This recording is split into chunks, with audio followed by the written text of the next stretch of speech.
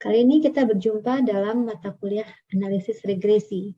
Ini merupakan metode yang cukup banyak dipakai dalam memodelkan hubungan antara satu variabel dengan variabel lain. Kita lihat apa itu analisis regresi. Analisis regresi itu merupakan alat statistik yang akan memanfaatkan hubungan antara dua atau lebih variabel kuantitatif, sehingga satu variabel nilainya dapat diprediksi dari variabel yang lain.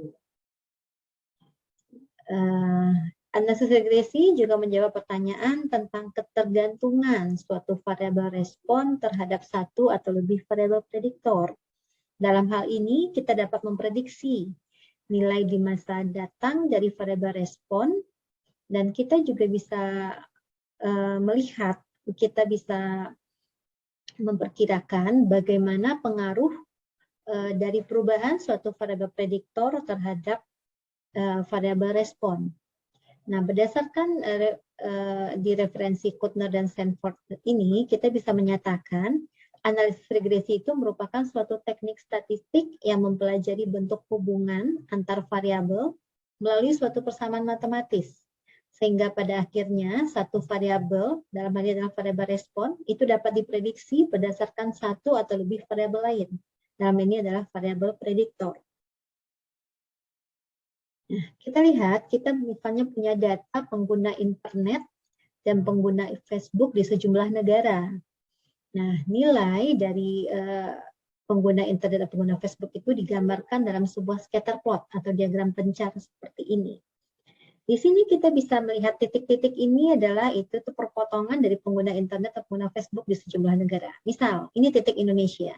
Berarti kita tahu di sini di Indonesia, ini kan kecil, X-nya kecil, kita bisa mengatakan di Indonesia pengguna internetnya itu sedikit, sedangkan pengguna Facebook-nya itu relatif besar.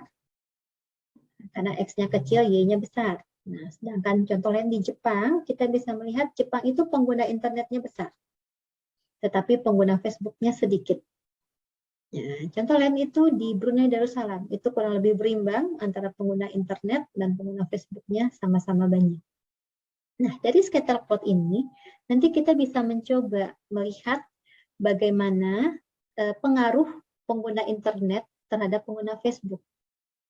Jumlah persentase pengguna internet terhadap persentase pengguna Facebook. Atau kita juga bisa memprediksi untuk yang di masa datang, itu kira-kira berapa pengguna Facebook di Indonesia kalau pada saat pengguna internetnya di suatu angka tertentu. Nah, itu bisa dijawab dengan analisis regresi. Selanjutnya kita lihat, ini ada data tinggi badan dan berat badan dari mahasiswa di Politeknik Statistika STIS. Nah, ini kita bisa lihat di sumbu X-nya itu adalah tinggi badan dan di sumbu Y-nya berat badan. Kalau dari sini kita bisa melihat, oh kalau tinggi badannya semakin besar, beratnya juga akan semakin besar. Kita bisa melihat hubungannya seperti ini. Dan nanti pun kita bisa memprediksikan orang yang tingginya kira-kira 170 cm itu rata-rata beratnya akan berapa. Nah, dari scatter plot kita juga bisa. Jadi selain kalau tadi data secara umum mahasiswa, kita juga bisa membedakan, mau melihat data laki-laki dan perempuan misalnya. Jadi bukan sekedar bagaimana pengaruh tinggi badan terhadap berat badan secara umum, tetapi kita juga bisa melihat bagaimana pengaruh tinggi badan dan berat badan di masing-masing kategori jenis kelamin seperti ini. Nah, sebelum lebih lanjut bicara tentang analisis regresi, kita lihat dulu tentang hubungan antar variabel. Karena pada dasarnya regresi itu adalah bicara tentang hubungan antar variabel. Nah, secara umum, hubungan antar variabel itu bisa kita lihat lewat hubungan fungsional atau hubungan matematis dan hubungan secara statistik. Kalau hubungan matematis itu ya rumusan secara pastinya itu bisa dituliskan dalam bentuk Y sama dengan Fx. Contohnya, kita misalnya punya 10 buku. Satu buku dijual dengan harga 100.000. Punya 10 buku tersebut terjual, berarti kita akan mendapatkan uang 1 juta. Kita masih bicara barang yang kita jual ada berapa, harga satunya berapa, kita dapat uang berapa. Kita tidak bicara tentang keuntungan dan segala macam. Nah, jadi hubungan di sana adalah itu hubungan matematis, pasti di sana. Kalau terjual 5 buku, duit di tangan 300.000 seperti itu. Ada juga hubungan secara statistik, itu dirumuskan dengan fungsi Y sama dengan Fx tambah epsilon. Epsilon ini apa? Itu disebutnya error, suatu ketidakpastian. Jadi kita tidak hubungan yang didapat itu tidak pasti. Misalnya yang tadi contohnya, X itu bisa bicara tentang tinggi badan, Y-nya berat badan. Tidak setiap orang yang tinggi badannya 160 cm, beratnya 50 kilo.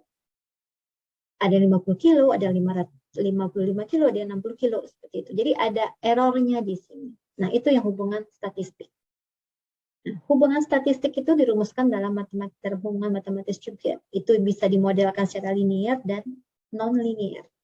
Nah, contoh hubungan model linear itu adalah model regresi. Yang kita bicarakan itu adalah hubungan regresi atau model eksperimental design. Ini biasanya lebih di laboratorium. Jadi kayak misalnya kita bicara di greenhouse gitu kan, bagaimana memperkirakan produksi selada misalnya, itu lebih ke eksperimental design dengan berbagai porsi pupuknya atau jenis bibitnya, itu bisa kita di eksperimental design. Ada juga hubungan antara X dan Y itu yang non-linear. Jadi dia tidak dalam bentuk Y sama dengan X1 tambah X2 dan seterusnya, tapi dia bisa bentuk hubungan non-linear. Nah, non-linear pun terbagi dua. Ada yang intrinsik dan yang non-intrinsik. Intrinsik ini adalah model yang bisa kita transformasi sehingga pada akhirnya bisa dianalisis sebagai model linear. Lewat suatu transformasi misalnya logaritma natural dan lain-lain. Nah, kalau model non-intrinsik itu adalah model yang memang tetap harus diselesaikan dengan metode yang sesuai untuk model non-linear. Nah, berikutnya kita lanjut ke regresi dan korelasi, karena kalau bicara hubungan antar variabel itu tidak semata-mata regresi. Ada juga yang bicaranya lewat korelasi. Kita lihat apa beda antara keduanya. Korelasi, dia bicara keeratan hubungan. Jadi kata kuncinya di sini adalah erat. Keeratan hubungan antara dua variabel kuantitatif. Nah, keeratan hubungan itu kita lihat dari angkanya, bukan dari tandanya. Jadi kalau di sini dikatakan korelasi nilainya antara min 1 hingga 1. Nah, ada yang korelasi antara dua variabel itu adalah min 0,9 dan ada yang 0,8. Nah, itu lebih erat yang mana? Yang lebih erat adalah yang min 0,29. Min 0,9 karena kita bicara besar angkanya bukan tandanya. Nah, tanda dalam korelasi itu adalah mengetahui arah hubungan. Tandanya positif, berarti dia berbanding lurus. X tambah besar, Y tambah besar. Tanda negatif, berarti dia berbanding terbalik. X tambah besar, Y akan tambah kecil. Dan untuk dikorelasi, kita tidak bisa bicara hubungan sebab akibat. X tambah besar, Y tambah besar, bukan berarti Y membesar pengaruh dari X yang membesar. Tidak seperti itu. Jadi di sini dikatakan korelasi yang tinggi tidak berarti variabel. Suatu variabel menyebabkan atau mempengaruhi variabel yang lain. Contohnya, banyak kematian karena kekeringan. Kita punya dua data, banyak kematian karena kekeringan di musim panas dan banyak minuman ringan yang dikonsumsi di musim panas. Kalau punya dua data itu, kita hitung korelasinya, kita akan dapatkan high positive correlation. Korelasinya positif dan nilainya akan tinggi. Tapi kita tidak bisa menyimpulkan minuman ringan itu menyebabkan kematian. Ya, kalau cuma minum 1-2 botol, oke lah. Tapi kalau minumnya 1 kontainer, ya mati juga kali ya. Tapi bukan di sana poinnya. Jadi, hubungan korelasi positif yang tinggi tidak berarti satu variabel menyebabkan yang lain. Contoh lain, kita punya data banyaknya gigi yang rusak pada anak usia SD. Variabel lainnya jumlah kosakata anak SD. Ini juga kita akan dapatkan korelasi positif yang tinggi. Apakah karena kita nggak mau gigi anak rusak terus kosakatanya dibatasi? Tidak, karena dia berhubungan erat tapi tidak mempengaruhi. Nah, di sana poinnya dari korelasi. Berikutnya kita lihat regresi. Regresi itu mempelajari bentuk hubungan antar variabel lewat suatu persamaan. Bisa berbentuk persamaan itu dalam bentuk regresi linear sederhana, regresi linear berganda, ataupun regresi non-linear. Nah, lewat regresi, kita bisa bicara hubungan sebab akibat. Jadi kalau X-nya tinggi, hubungannya positif, itu X yang tinggi bisa membuat Y-nya tinggi. Nah, kalau gitu kita nggak mau Y-nya tinggi, kita bisa mengendalikan nilai X-nya. Dalam regresi, kita dapat mengukur seberapa besar suatu variabel dapat mempengaruhi variabel yang lain. Dan akhirnya, regresi itu bisa kita gunakan untuk melakukan peramalan nilai suatu variabel berdasarkan variabel yang lain. Nah, kalau dikorelasi, hubungan kedua variabel itu setara. X dan Y-nya bisa dipertukarkan, karena dia hanya bicara keeratan hubungan. Tapi kalau di regresi, hubungannya berbeda, dia tidak setara. Makanya dua variabel di regresi itu akan dibedakan jenisnya menjadi variabel dependen atau variabel tak bebas atau variabel respons, dan satu lagi adalah variabel independen, variabel bebas atau variabel prediktor atau variabel penjelas. Nah, variabel tak bebas itu merupakan variabel yang nilainya ditentukan oleh variabel lain. Variabel lain di sini adalah variabel independennya. Variabel tak bebas itu diasumsikan acak. Sedangkan variabel variabel bebas itu adalah variabel yang nilainya ditentukan secara bebas. Kita, misalnya kita jadi peneliti, kita menentukan kita mau X-nya berapa. Nah, nilai variabel bebas ini adalah variabel yang diduga akan mempengaruhi nilai dari variabel tak bebas ini. Variabel bebas itu diasumsikan bersifat fix atau non-stokastik. Nah, dalam analisis regresi, syaratnya Y-nya, variabel responsnya itu adalah data kuantitas atau dia data kontinu. Sedangkan X, variabel bebasnya, itu dia adalah data kuantitatif, boleh juga data kualitatif. Data kualitatif yang mana lah? Jenis kelamin, laki-laki, perempuan. Tetapi untuk nanti secara teknisnya, data kualitatif ini akan kita kuantitatifkan juga. Dalam artian kita tidak memasukkan data L dan T, laki-laki, perempuan, atau tingkat pendidikan SD, SMP, SMA. Tapi itu akan kita kuantitatifkan dalam arti kita kodekan 01, seperti itu. Jadi kalau laki-laki perempuan, misalnya laki-lakinya di kode 0, perempuannya dengan kode 1. Seperti itu nanti di teknis pada saat analisis regresi. Nah, berikutnya kita lihat konsep dasar dari regresi. Nah, ini poin dari regresi itu di sini. Nah, jadi di regresi itu pada suatu nilai X tertentu itu akan terdapat banyak kemungkinan nilai Y. Seperti tadi, orang yang tingginya sama, tinggi 170 cm, beratnya bisa beda-beda. Seperti itu. Nah, nilai berat itu atau Y itu akan berdistribusi mengikuti suatu distribusi peluang tertentu. Dia akan berdistribusi normal, berarti kita punya nilai rata-ratanya dan punya nilai variansnya. Jadi kalau kita misalkan di sini, ini X-nya di sini, Y-nya di sini.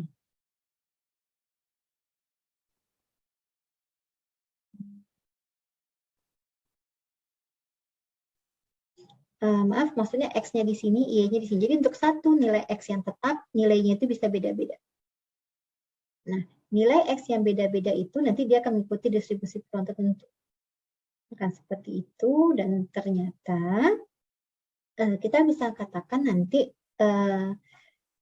nilai rata-rata dari nilai Y itu diasumsikan berubah secara sistematis mengikuti perubahan nilai X. Seperti ini. Jadi kalau di sini dari satu nilai X, misalnya X1 di sini, nilai Y-nya berubah-ubah, dia mengikuti distribusi peluang tertentu. Nah, rata-rata dari nilai Y itu misalnya di sini. Nah, dia akan berubah secara sistematis mengikuti nilai X-nya. Jadi kalau di sini X2, nilai Y juga mengikuti peluang tertentu seperti ini, misalnya rata-ratanya di sini. Nah, ini untuk X3, rata-ratanya misalnya di sini. Nah, rata-rata Y itu akan berubah secara sistematis mengikuti nilainya X. Dan dia itu nanti akan mengikuti suatu garis lurus. Seperti itu. Nah, variasi nilai Y itu untuk setiap nilai X itu akan sama. Jadi kalau kita bicara, tadi kembali ke tinggi badan, orang yang tingginya 160 beratnya macam-macam. Tetapi distribusinya dengan orang yang tingginya 165 itu akan sama. Yang 170 sampai 175 seperti itu. resikonya sama, nilai varians berat badan di setiap tinggi tersebut akan sama. Nah, itu konsep yang harus kita pegang dalam bicara tentang regresi. Nah, kita lihat contohnya. Misal, kita punya dua hal, usia mobil dan harga jual. Lewat regresi, kita bisa melihat bagaimana pengaruh usia mobil terhadap harga jualnya. Sekaligus, kita bisa melihat seberapa besar usia mobil mampu memprediksi harga jual. Nah, kalau di regresi, kita perlu mengidentifikasi dulu mana variabel bebas, mana variabel tak bebas. Kalau di sini variabel bebasnya adalah usia mobil, karena dia yang akan memprediksi harga, bukan harga yang akan mempengaruhi usia mobil. Nah, berikutnya tentang usia wanita terhadap tingkat fertilitasnya. Lewat regresi kita bisa mengetahui bagaimana pengaruh usia wanita terhadap tingkat fertilitasnya. Seberapa besar usia wanita mampu memprediksi tingkat fertilitasnya. Contoh lain yang tadi, pengaruh tinggi badan terhadap berat badan. Lewat regresi, kita bisa tahu seberapa besar tinggi badan seseorang mampu memprediksi berat badannya. Begitu juga pengaruh pendapatan rumah tangga terhadap pengeluaran untuk konsumsi. Kita bisa memprediksi, kita bisa mengetahui seberapa besar pendapatan rumah tangga mampu memprediksi pengeluaran rumah tangga tersebut untuk konsumsi. Nah, dalam analisis regresi ada 4 prosedur yang perlu kita ikuti. Ya, ini akan selalu kita lakukan dalam analisis regresi. Yang pertama, kita harus mengidentifikasi dan pembentukan model. Identifikasi ini untuk bisa mendapatkan model yang tepat sehingga akhirnya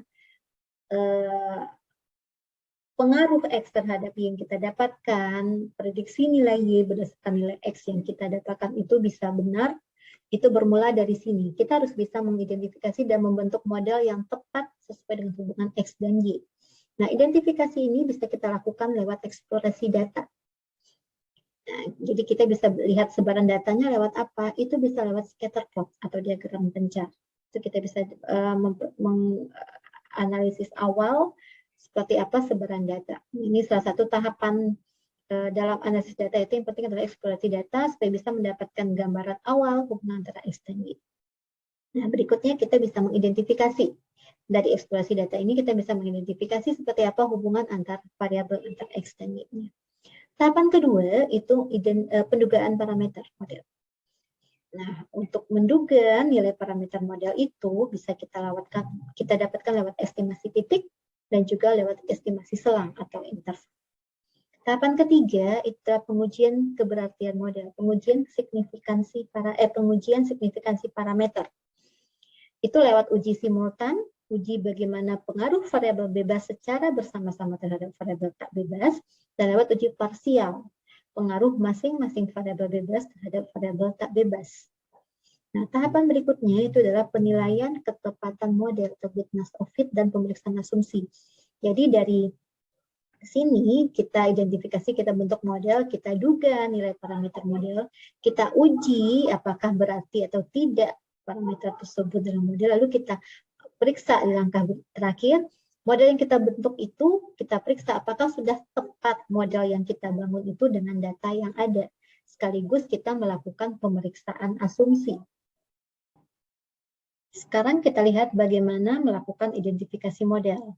Misal kita punya data X dan Y, kita coba identifikasi lewat scatter plot seperti ini. Titik-titiknya adalah ini, hubungan antara X dan Y. Hubungan antara X dan Y ini bisa kita sederhanakan lewat garis ini. Nah, garis ini misal persamaannya adalah YI cap sama dengan B0 tambah B1 XI. Kita lihat, oh X dan Y itu hubungannya linear, maka model yang kita tawarkan adalah YI sama dengan beta 0 tambah beta 1 XI tambah epsilon I. Nah, nanti di dalam regresi, di tahapan keduanya kita berusaha menaksir berapa nilai beta 0 dan berapa nilai beta 1 ini. Atau contoh lain, ternyata kita dapatkan titik-titik X dan Y itu scatter plotnya seperti ini. Kita tidak melihat pola tertentu, dan ini sepertinya bisanya diwakili oleh garis lurus ini. Dan garis ini adalah Y cap sama dengan B0, atau biasanya adalah sebagai Y bar, rata-rata dari nilai Y. Kalau bentuknya seperti ini, maka model yang mungkin kita tawarkan hanyalah YI sama dengan beta 0 tambah epsilon. Berarti nilai Y itu tidak dipengaruhi oleh nilai X. Contoh lainnya seperti ini. Kita melihat ternyata hubungan antara X dan Y itu adalah titik-titik yang ini. Oh, ini kalau kita coba gambarkan dengan garis lurus akan seperti ini, atau sepertinya mungkin persamaan yang lebih tepat untuk melihat hubungan X dan Y itu adalah garisnya ini, garis lengkung, parabola. Berarti persamaan yang kita buat adalah Y cap sama dengan B0 tambah B1XI tambah B11XI kuadrat. Ya, untuk mendapatkan ini berarti model yang kita tawarkan adalah YI sama dengan beta 0 tambah beta 1XI tambah beta 11XI kuadrat tambah epsilon I. Jadi X mempengaruhi Y dalam bentuk kuadratik. Dan kemungkinan lain kita mendapatkan titik-titiknya seperti ini. Ini kurang tepat dengan hubungan X dan Y kita gambarkan dalam sebuah garis lurus ataupun dalam sebuah parabola. Tetapi lebih tepat dalam bentuk kurva seperti ini, pangkat 3. Nah, garis ini, kurva ini kita tulis dalam bentuk persamaan YI cap sama dengan B0 tambah beta 1XI tambah beta 11XI kuadrat tambah beta 111XI pangkat 3. Berarti model yang kita tawarkan untuk melihat hubungan X dan Y adalah YI sama dengan beta 0 tambah beta 1XI tambah beta 11XI kuadrat tambah beta 111XI pangkat 3 tambah epsilon I.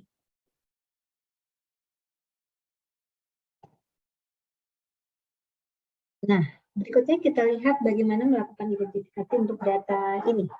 Data, kita punya data misalnya harga mobil, usia mobil terhadap harga. Nah, ada beberapa titik, nah kita gambarkan dalam scatter plot. Dan ternyata titik-titik ini bisa kita dekati dengan beberapa buah garis. Salah duanya yang ini, bisa pakai garis yang biru tebal atau yang muda. Nah, di scatter plot ini kita buat untuk mengidentifikasi model hubungan antara X dengan Y. Nah, ternyata dari titik-titik ini, sebaran titik-titik pada plot ini menunjukkan adanya suatu kecenderungan atau tren yang linier. Maka kalau gini, berarti model regresi linier layak digunakan yang tadi, yang bentuk yang kita layak untuk menggunakan model yang ini. X mempengaruhi Y dalam pangkat 1. Nah, untuk X yang mendekati Y itu kan bisa didekati dengan berbagai macam garis.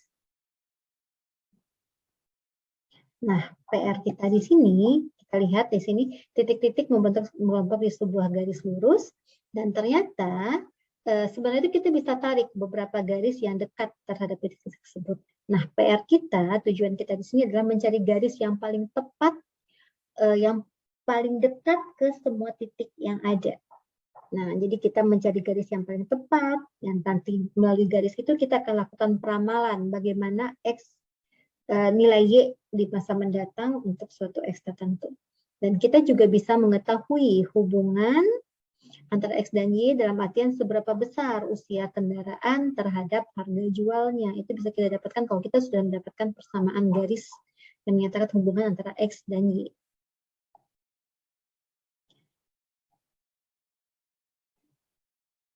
Nah, berdasarkan scatter plot yang diidentifikasi model tadi, kita bisa melihat beberapa contoh dari model regresi linier.